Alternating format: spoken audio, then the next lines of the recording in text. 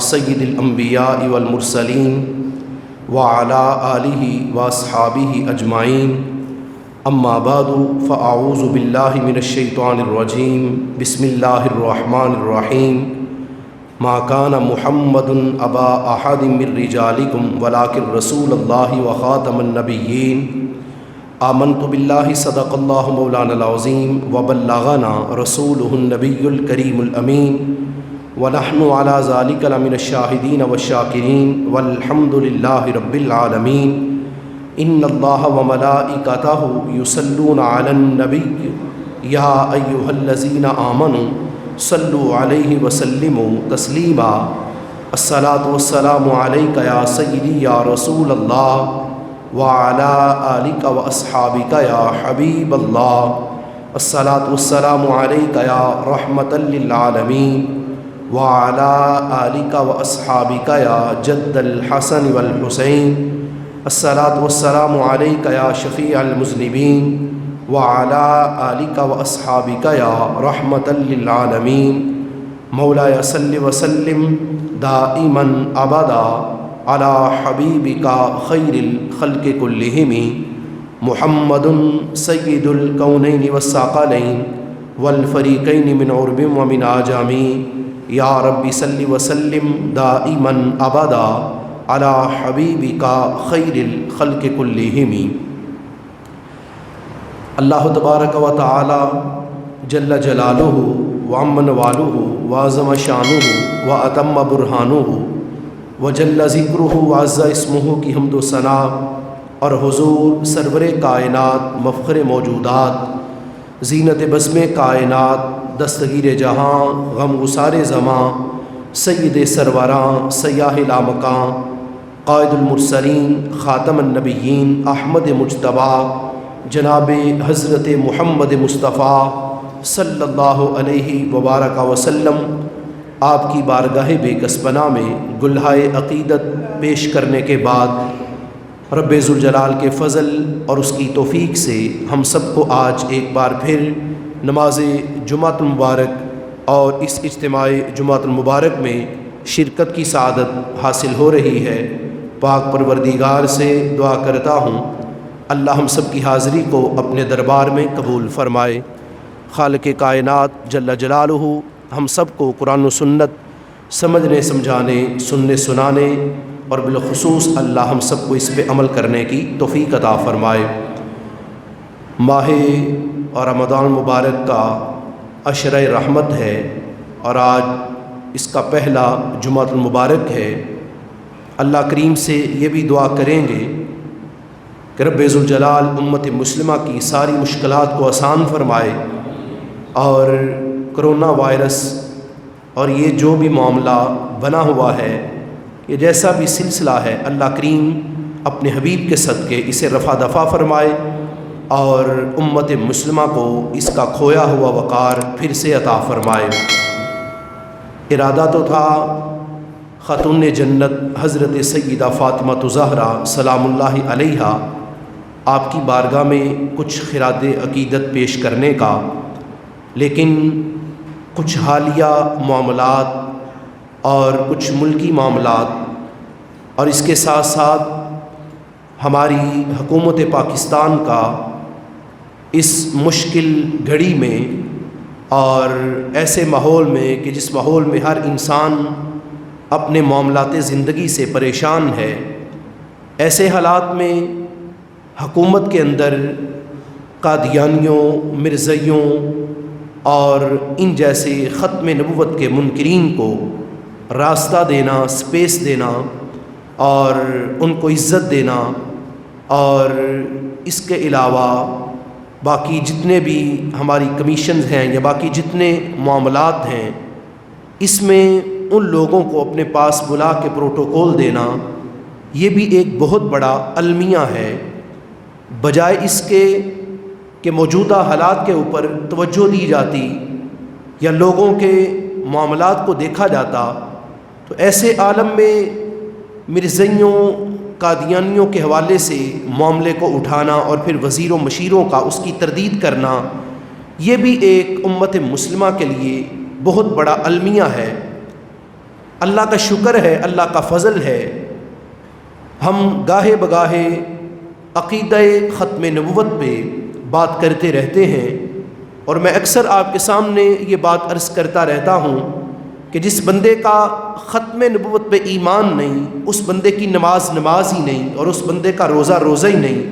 اس بندے کا حج حج نہیں، اور اس کی زکوٰۃ زکوٰۃ نہیں، اور اس کی بندگی بندگی نہیں، اور اس انسان کا کلمہ کبھی بھی قابل قبول نہیں ہو سکتا۔ ایک وہ آدمی جو ہمارے آقا صلی اللہ علیہ وسلم کو نبی تو مانتا ہے لیکن آخری نبی نہیں مانتا، تو پھر بھی وہ بندہ مسلمان نہیں ہو سکتا۔ کلمہ اسی وقت قابل قبول ہے جب سرکار کو نبی بھی مانے اور نبی بھی آخری نبی مانے۔ صرف نبی ماننے سے کام نہیں چلے گا، یا صرف سرکار کو رسول ماننے سے کام نہیں چلے گا، بلکہ عقیدہ یہ ہونا چاہیے کہ رب ذوالجلال نے ہمارے آقا صلی اللہ علیہ وسلم کی ذات اقدس پہ نبوت کا سلسلہ ہمیشہ کے لیے بند کر دیا ہے، اور بس سرکار کے بعد کوئی بھی بندہ نبی بننے کی حیثیت سے نہیں آ سکتا، اور رسول ہونے کی حیثیت سے اب کوئی بھی بندہ نہیں آ سکتا۔ جس نے آنا تھا آ چکا ہے، اور جس کو یہ منصب عطا ہونا تھا عطا ہو چکا ہے، جس کو بھی یہ اعزاز اللہ کریم نے عطا کرنا تھا اللہ نے عطا کر دیا ہے۔ کوئی نبی بنا تو 2 سال کے لیے، کوئی نبی بنا تو 4 سال کے لیے۔ ہمارے آقا صلی اللہ علیہ وسلم کا جو زمانہ نبوت ہے وہ 2 سال کا نہیں، 4 کا نہیں، 10 کا نہیں، بلکہ قیامت تک کا زمانہ وہ ہمارے آقا علیہ السلام کا زمانہ ہے، اور قیامت تک جو شریعت چلے گی تو وہ شریعت مصطفیٰ چلے گی۔ بلکہ یہاں تک لکھا ہے، اور علماء نے یہ لکھا کہ قرب قیامت جس وقت حضرت عیسیٰ علیہ السلام آئیں گے،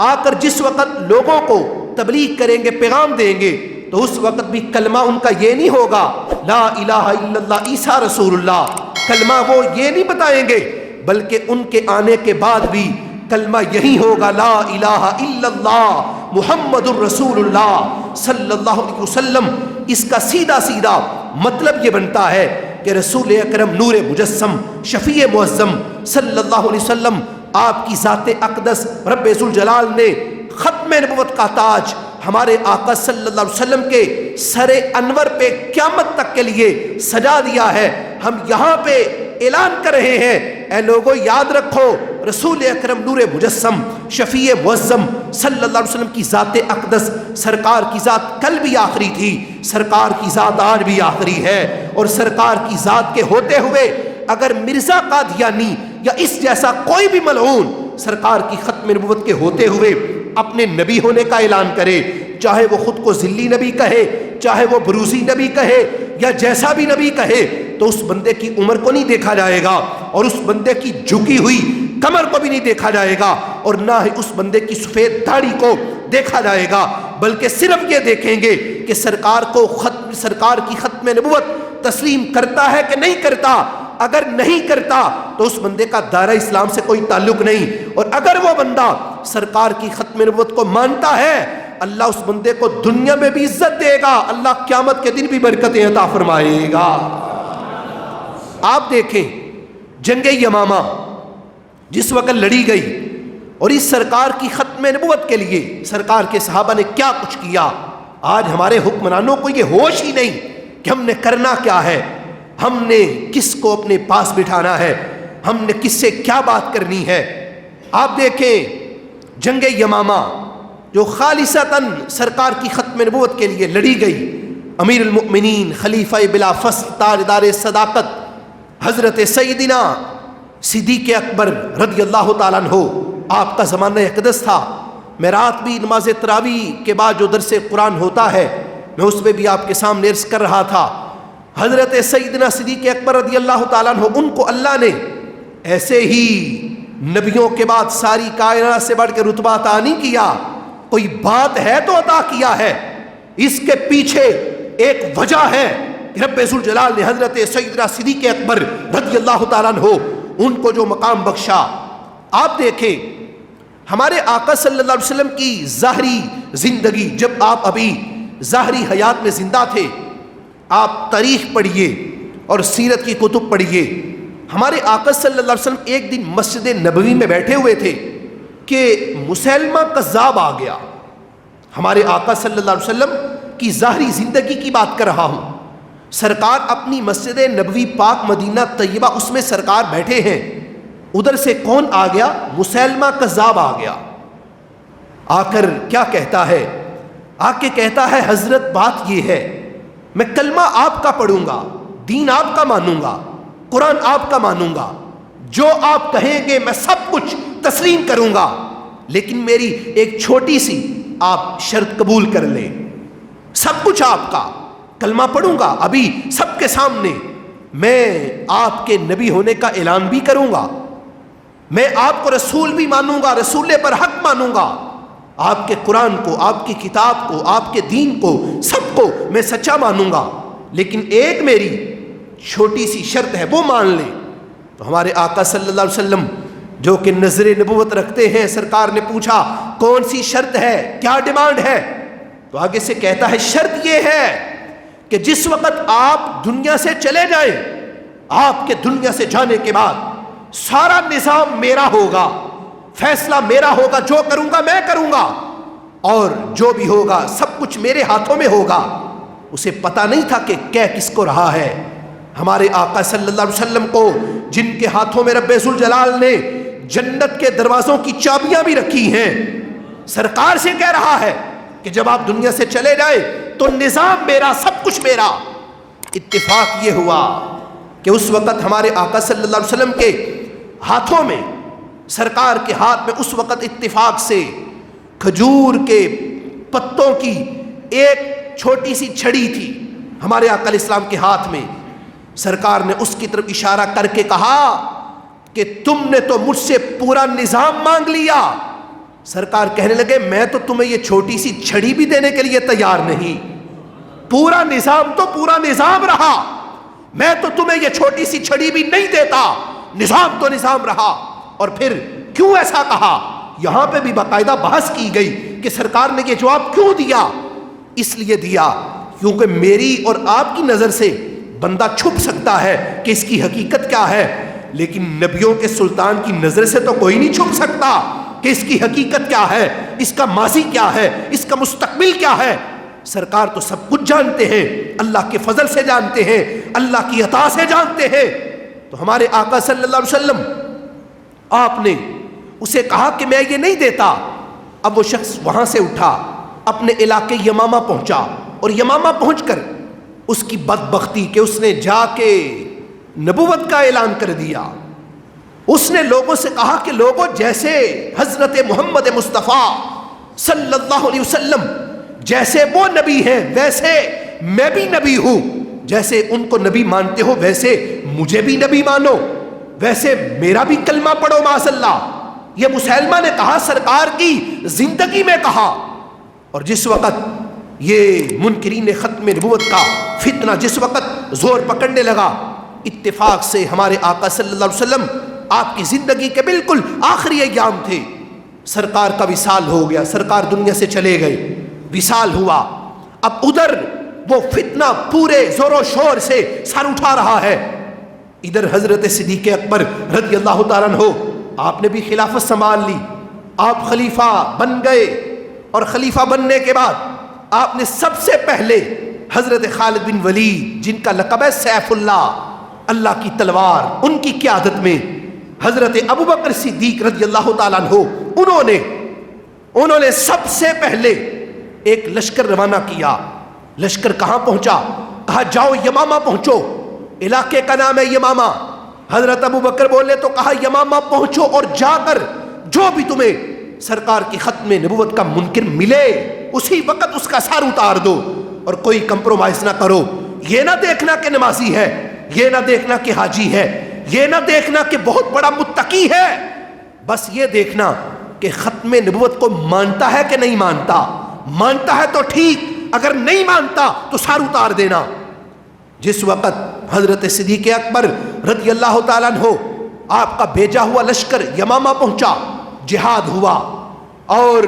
پورے زور و شور سے جس وقت لڑائی ہوئی، قتال ہوا، اور اس جہاد کے دوران ہمارے آقا صلی اللہ علیہ وسلم کے عظیم صحابی حضرت حبیب بن زید رضی اللہ تعالی عنہ، آپ کو گرفتار کر لیا گیا۔ یہ ہے ختم نبوت کی صداقت اور یہ ہے ختم نبوت پہ پہرا. کس انداز سے سرکار کے صحابہ دے کے گئے. آج قادیانیوں کے بارے میں اپنے دلوں میں نرم گوشے رکھنے والے اور اپنے دلوں میں ان کے لیے ہمدردیاں رکھنے والے، کیا ان کو یہ نظر نہیں آتا کہ جو سرکار کا وفادار نہیں وہ ہمارا کیسے وفادار ہو سکتا ہے؟ جس کے دل میں سرکار کی وفا نہیں تو وہ بندہ کبھی بھی مت سمجھے کہ اس کے دل میں ہمارے لیے وفا ہوگی، یہ کبھی ہو نہیں سکتا. جس وقت جنگ یمامہ ہو رہی تھی، جنگ یمامہ جاری ہے، اور جنگ یمامہ لڑتے لڑتے ہمارے آقا صلی اللہ علیہ وسلم کے ایک صحابی حضرت حبیب بن زید رضی اللہ تعالیٰ عنہ، جب ان کو مسیلمہ کذاب کے سپاہیوں نے گرفتار کر لیا تو مسیلمہ کذاب جو منکر ختم نبوت تھا اور نبوت کا جھوٹا دعوے دار تھا، اس نے اپنی فوج سے کہا کہ حبیب کو کوئی کچھ نہ کہے،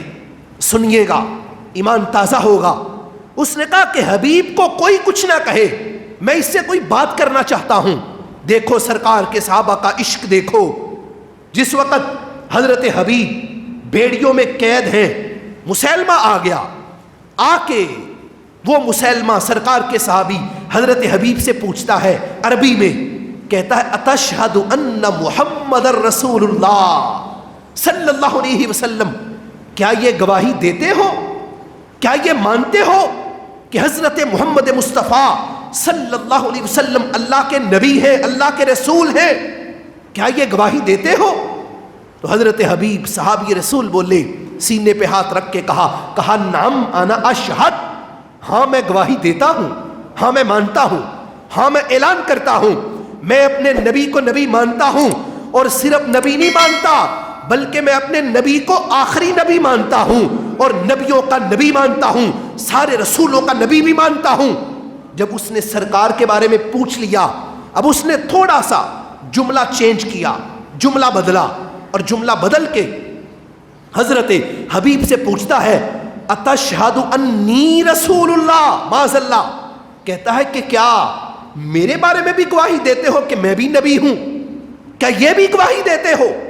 کیا یہ بھی مانتے ہو کہ میں بھی اللہ کا نبی ہوں؟ تو حضرت حبیب نے جو جواب دیا وہ سنیے اور اپنے ایمان کو تازہ کیجئے. حضرت حبیب اس کا جملہ سن کے کہتے ہیں انا الاسم، میں تو ہوں ہی بہرا، مجھے تو سنائی ہی نہیں دیتا، پتہ نہیں کیا بکتے ہو، پتہ نہیں کیا کہتے ہو، مجھے تو سنائی ہی نہیں دے رہا، پتہ نہیں کیا کہہ رہے ہو.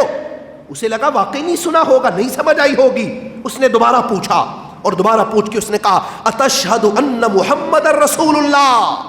کیا حضرت محمد مصطفیٰ صلی اللہ علیہ وسلم ان کو نبی مانتے ہو؟ آپ نے پھر کہا نام انا اشہد، جی ہاں مانتا ہوں، گواہی دیتا ہوں، تسلیم کرتا ہوں. تو اس نے پھر اپنے بارے میں پوچھا، کہا اتشہد انی رسول اللہ، کیا میرے بارے میں بھی یہ گواہی دیتے ہو جو اپنے نبی کے بارے میں دیتے ہو، مجھے بھی مانتے ہو نبی؟ تو آپ نے پھر وہی کہا انا الاسم، میں تو بہرا ہوں، سنائی ہی نہیں دیتا، پتہ نہیں کیا بکتے ہو. اسے غصہ آ گیا، کہنے لگا بڑا عجیب آدمی ہے، میں جب اس کے نبی کی بات کرتا ہوں تو سنتا ہے، لیکن جب اپنی کرتا ہوں تو نہیں سنتا. نبی کی بات آتی ہے تو فوراً گواہی دیتا ہے، اور جب میری بات آتی ہے تو کہتا ہے میں بہرا ہوں، مجھے سنائی نہیں دیتا. اس نے جلاد کو بلایا، کہا کہ اس کے بدن کا ایک ایک حصہ کاٹو اور کاٹ کر پھر میں اس سے پوچھوں گا کہ یہ مجھے نبی مانتا ہے کہ نہیں مانتا. جلاد آیا اور اس نے آ کر حضرت حبیب بن زید رضی اللہ تعالیٰ عنہ ان کا ایک بازو کاٹ دیا. بازو کٹا، صحابی رسول کا بازو کٹنے کے بعد پھر پوچھا، کہا اب بتاؤ اب کیا کہتے ہو؟ جواب نہیں بدلا، جواب وہی تھا. اس نے کہا دوسرا بازو بھی کاٹو، دوسرا بازو کاٹا، پھر پوچھا، جواب وہی تھا. اس نے کہا قدم بھی کاٹو، قدم کاٹا، پھر پوچھا، جواب وہی تھا. اس نے کہا دوسرا قدم بھی کاٹو، دوسرا قدم کاٹا، پھر پوچھا، جواب وہی تھا. کرتے کرتے دونوں بازو بھی کٹ گئے، دونوں قدم بھی کٹ گئے، لیکن آپ کا جواب نہیں بدلا. اور بالآخر مسیلمہ کذاب نے کہا ایک بار تو مجھے نبی مان لو، ایک بار تو مجھے رسول تسلیم کر لو. تو حضرت حبیب صاحب یہ رسول بولے، کہا کہ نہ مانوں تو کیا کر لو گے، نہ تجھے پیغمبر تسلیم کروں تو کیا کر لو گے. اب مسیلمہ بولا تو اس نے کہا کہ نہ مانو گے تو پھر گردن بھی کاٹیں گے، گردن بھی کٹ جائے گی. حضرت حبیب بن زید بولے، کہا گردن کٹے گی تو کیا ہوگا؟ اب مسیلمہ بولا، اس نے کہا گردن کٹے گی تو تم مر جاؤ گے، دنیا سے چلے جاؤ گے۔ حضرت حبیب مسکرا کے بولے، فرمانے لگے تم نے میرے بازو کاٹ دیے کوئی مسئلہ نہیں، قدم کاٹ دیے کوئی مسئلہ نہیں، تم میری گردن بھی کاٹ دو، کیا ہوگا اس سے؟ میری روح نکلے گی، میں دنیا سے چلا جاؤں گا۔ فرمانے لگے میں قیامت تک کے لیے اعلان کر رہا ہوں، میری گردن کٹے گی، حبیب مرے گا، دنیا سے چلا جائے گا، میری گردن کٹ جائے گی، میں تو دنیا سے چلا جاؤں گا، لیکن اللہ عقیدہ ختم نبوت کو قیامت تک کے لیے زندگی عطا فرمائے گا۔ ہمارے اسلاف، ہمارے بزرگان دین، اس قدر انہوں نے سرکار کی ختم نبوت کے لیے اپنا سب کچھ پیش کر دیا۔ آپ علماء کے نام پڑھ لو، علامہ عبدالستار خان نیازی رحمۃ اللہ علیہ، قائد اہل سنت مولانا شاہ احمد نورانی صدیقی رحمۃ اللہ علیہ، حضرت پیر سید جماعت علی شاہ صاحب رحمۃ اللہ علیہ، کتنے ہمارے ایسے قائدین ہیں، کتنے ہمارے ایسے بزرگان دین ہیں کہ سب کچھ انہوں نے برداشت کر لیا، لیکن سرکار کی ختم نبوت کے لیے کوئی کمپرومائز نہیں کیا، بلکہ آپ کبھی اتفاق ہو تو حضرت مولانا شاہ احمد نورانی صدیقی رحمۃ اللہ علیہ آپ کی کبھی زندگی پڑھنے کی کوشش کیجیے گا۔ جس وقت تحریک ختم نبوت چلی تھی، وہ 1970، 71، 72 اور 73 کی دہائی جس وقت چل رہی تھی اور علماء کو پکڑ پکڑ کے جیلوں میں ڈالا جا رہا تھا، اس وقت حضرت شاہ احمد نورانی صدیقی رحمۃ اللہ علیہ آپ نے جس وقت پارلیمنٹ میں پوری کوشش کی آپ نے، اور آپ وہ تحریک چلا رہے تھے، اور آپ نے اس وقت کے وزیر اعظم ذوالفقار علی بھٹو سے یہ کہا تھا کہ قادیانیوں کو آئین پاکستان اس میں کافر لکھو، اور یہ باقاعدہ طور پر آئین پاکستان کا یہ حصہ بننا چاہیے کہ قادیانی کافر ہوتا ہے، مرزائی کافر ہوتا ہے، اور اس کا دین سے کوئی تعلق نہیں۔ تو اس وقت ذوالفقار علی بھٹو نے کہا تھا مولانا نورانی کیسی باتیں کرتے ہو، یہ کسی کو کافر یا کسی کو مسلم کہنا یہ مدرسے کے مولوی کا کام ہے، یہ کسی مسجد کے امام یا کسی مسجد کے خطیب کا کام ہے، یہ پارلیمنٹ کا کام نہیں۔ تو مولانا نورانی کو بھی اللہ نے بڑی بصیرت عطا کر رکھی تھی۔ مولانا نورانی نے پوچھا تھا کہ بھٹو مجھے یہ بتاؤ تم اس ملک کے کیا ہو؟ تو بھٹو نے کہا تھا کہ میں اس ملک کا وزیر اعظم ہوں۔ تو مولانا نورانی بولے تاکہ تمہاری وزارت عظمیٰ کے ہوتے ہوئے اگر کوئی بندہ خود کو وزیر اعظم کہنا شروع کر دے تو تم اسے کیا کہو گے؟ تو بھٹو نے کہا تھا کہ میں کہوں گا کہ یا وہ بندہ باغی ہے یا وہ بندہ پاگل ہے، اسے پتہ نہیں کہ پاکستان کا وزیر اعظم میں ہوں۔ تو مولانا نورانی مسکرا کے بولے، کہنے لگے بھٹو تمہیں اتنا تو پتہ ہے کہ تمہاری وزارت عظمیٰ کے ہوتے ہوئے اگر کوئی اور بندہ وزیر اعظم ہونے کا دعویٰ کر دے وہ تم اسے باغی بھی سمجھو، تم اسے پاگل بھی سمجھو، اور سرکار کی ختم نبوت کے ہوتے ہوئے مرزا قادیانی کے چیلے اسے نبی مانے، اسے رسول مانے، اور تم ان کے بارے میں کچھ بھی نہ کہو۔ اللہ بھلا کرے بھٹو کا کہ اسے بات سمجھ آ گئی، اس نے کہا لکھو ان شریروں کو کافر، لکھو ان کو کافر، یہ واقعی آئین پاکستان کے مطابق کافر ہیں۔ اور آپ تاریخ پڑھیے، جس وقت یہ بات چل رہی تھی تو راتوں رات مرزائی کراچی میں مولانا شاہ احمد نورانی صدیقی رحمۃ اللہ علیہ ان کے پاس 2.5 کروڑ روپیہ لے کے پہنچے۔ اس زمانے کی بات کر رہا ہوں، 1970، 71، 72 کی۔ آپ اندازہ کیجئے کتنے سال گزر چکے، 50 سال کے قریب، اور اس وقت 50 سال پہلے آپ 2.5 کروڑ کا اندازہ لگائیں کتنی ان کی ویلیو ہوگی۔ اس وقت 2.5 کروڑ روپیہ لے کے وہ قادیانی مولانا شاہ احمد نورانی صدیقی کے پاس پہنچے اور جا کر کہنے لگے کہ یہ پیسے ہماری طرف سے قبول کر لو، لیکن یہ ہمیں جو کافر قرار دینے کی رٹ لگا رکھی ہے اسے چھوڑ دو۔ تو مولانا نورانی بولے، کہنے لگے تم لیٹ ہو گئے ہو، تم دیر سے آئے ہو، میں تو بک چکا ہوں، میرا سودا ہو چکا ہے۔ تو قادیانی بولے، کہا کیا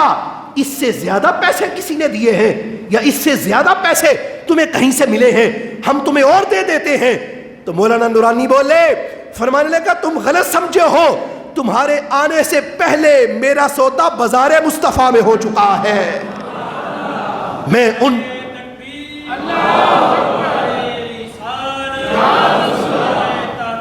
حق چاہیے زندہ باد۔ یہ ہمارے اسلاف کا کردار ہے۔ آج ہماری آنے والی نسل اس کو بڑی سازش سے اس سے دور کیا جا رہا ہے۔ ہم یہ کہنا چاہیں گے کہ حکومت پاکستان یا جتنے بھی جو لوگ ہیں کچھ بھی کر لیں، اللہ کے فضل سے ختم نبوت کے دیوانے اور میرے آقا علیہ السلام کے مستانے ہر لمحہ بیدار ہیں، ہر لمحہ جاگ رہے ہیں، اور اس پہ کوئی بھی بندہ کسی قسم کی کوئی بھی سازش نہیں کر سکتا۔ میں یہ سمجھتا ہوں کہ وطن عزیز پاکستان میں جو صورتحال چل رہی ہے، اس صورتحال کو سامنے رکھتے ہوئے یہ جو ہمارے اوپر مسلط یہ جو ہمارے حکمران ہیں، ان کو سوچنا چاہیے کہ ایسے عالم میں لوگوں کی بہتری کے لیے کام کرنا یہ ان کا منشور ہونا چاہیے، بجائے اس کے کہ یہ قادیانیوں کو سپیس دیں یا قادیانیوں کو راستے دیں۔ یہ ایک بہت بڑا المیہ ہے۔ رب ذوالجلال ہمارے حکمرانوں کو ہوش کے ناخن لینے کی توفیق عطا فرمائے۔ وآخر دعوایا ان الحمد للہ رب العالمین۔